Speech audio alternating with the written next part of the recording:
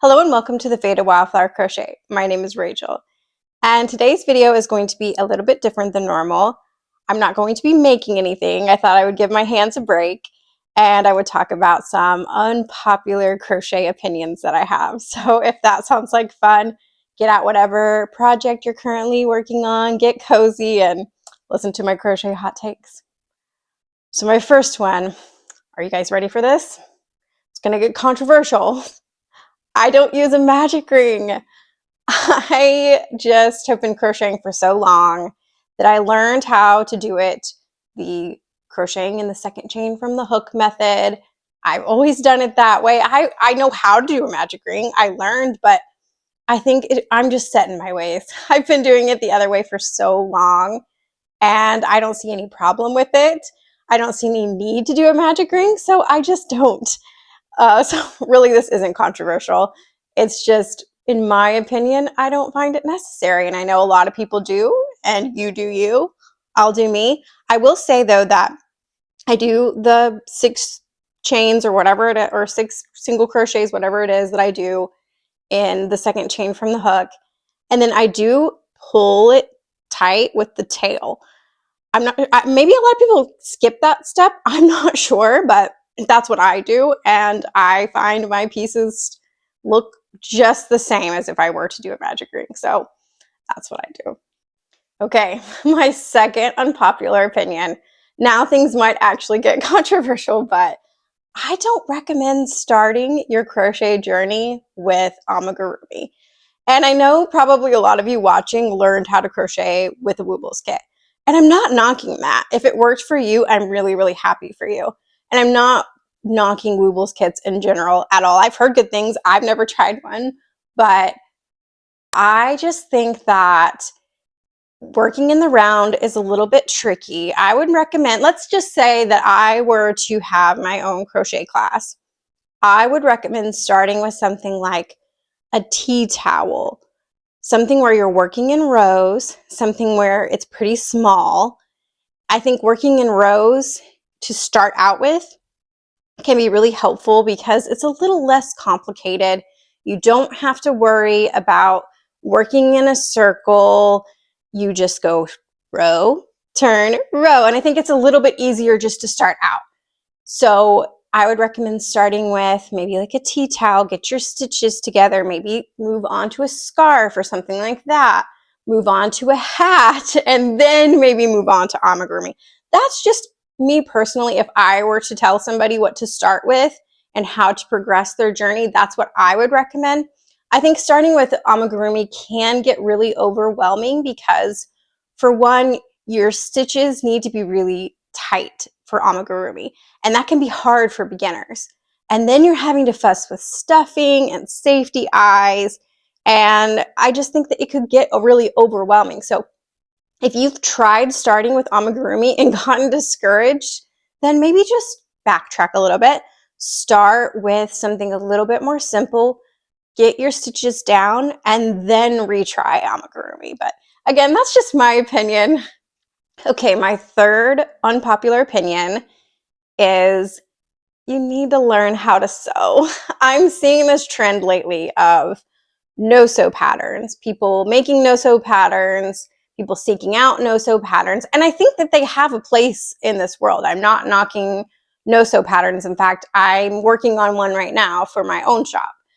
I think that if you are a brand new beginner, this can be a great way to get into amigurumi. So no-sew patterns are great, but if you're only ever doing no-sew patterns, you're really limiting yourself. You can have much more range. You can create so many more cute things if you learn how to sew. So if you are finding yourself only using no-sew patterns and never learning how to sew or just completely avoiding it, I think just maybe dip your toes in the water. Try sewing. Practice your sewing. It's another one of those things, again, you need to practice because this is not an overnight type of skill. Crocheting is not an overnight type of skill. Sewing is not an overnight type of skill. It takes practice. And I just think that you're going to have a lot more things that you can make if you learn how to sew. Okay, my fourth hot take, unpopular opinion, whatever you want to call it, is a little bit nuanced, but it's all about yarn hoarding. And I know that I'm a bit of a hypocrite because my collection looks like this. But you have to understand that I do this for a living. I crochet for my Etsy shop. I crochet for this channel. So crocheting is both my job and my hobby right now. So, and you have to also keep in mind that the yarn you see behind me, I have collected over years and years. I've been doing this for 14 years. I don't really throw away yarn very often. So what I have behind me is a collection over years. And I think I'm just seeing a lot of trends of people sort of encouraging yarn hoarding. I see memes like this or this, and I understand that these are yarn companies making these memes that I shared.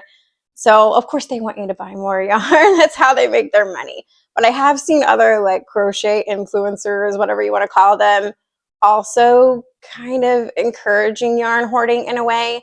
And again, this is a nuanced topic. I'm not knocking anyone for buying something that brings them a lot of joy. I think for me, it's just the mindlessness of it. I think just having a more mindful approach to consumerism in general is a great idea. Thinking about shopping your stash first before you run out to the store. Thinking about what can I make specifically from the yarn that I already have, instead of picking something that you know you don't already have the yarn for that. So I think this is a nuanced topic. I'm not knocking anybody, but I also think that what I have fallen into myself is shopping the yarn sales. I'm like, oh, I'm going to use all of this, I promise. But honestly, what ends up happening is I don't save any money because I'm buying this huge amount of yarn from this yarn sale, but then I end up going back to the store to buy the yarn I actually really wanted. So this is just something that I've set up a boundary for myself this year in 2024 to only buy yarn if I absolutely know that I'm using it for a specific project, instead of just shopping sales or just buying something because it feels good. I just think being a little bit more mindful about what we buy, it can help our wallets, it can help the environment, it can help our space. So that's my opinion, and feel free to share your opinion about yarn hoarding, because I know that there is quite a discourse about this online. Okay, my fifth and final crochet hot take for this video is I'm seeing a lot of discourse, I don't know if that's the right word, about yarn under versus yarn over versus the knife hold versus the pencil hold. And I think if you were seeking out that, like I'm not really happy with the way that my stitches look, let me look up how to do this other method, then that's fine.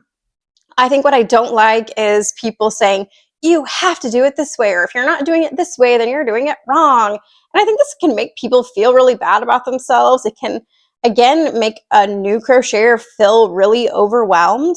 But the fact of the matter is, if you're crocheting, then you're doing it right.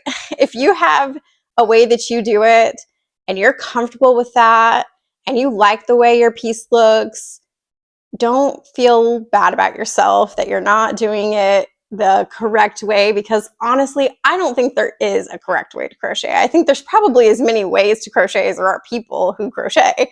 So don't feel bad about yourself. Don't feel overwhelmed. If you're crocheting, you're doing great.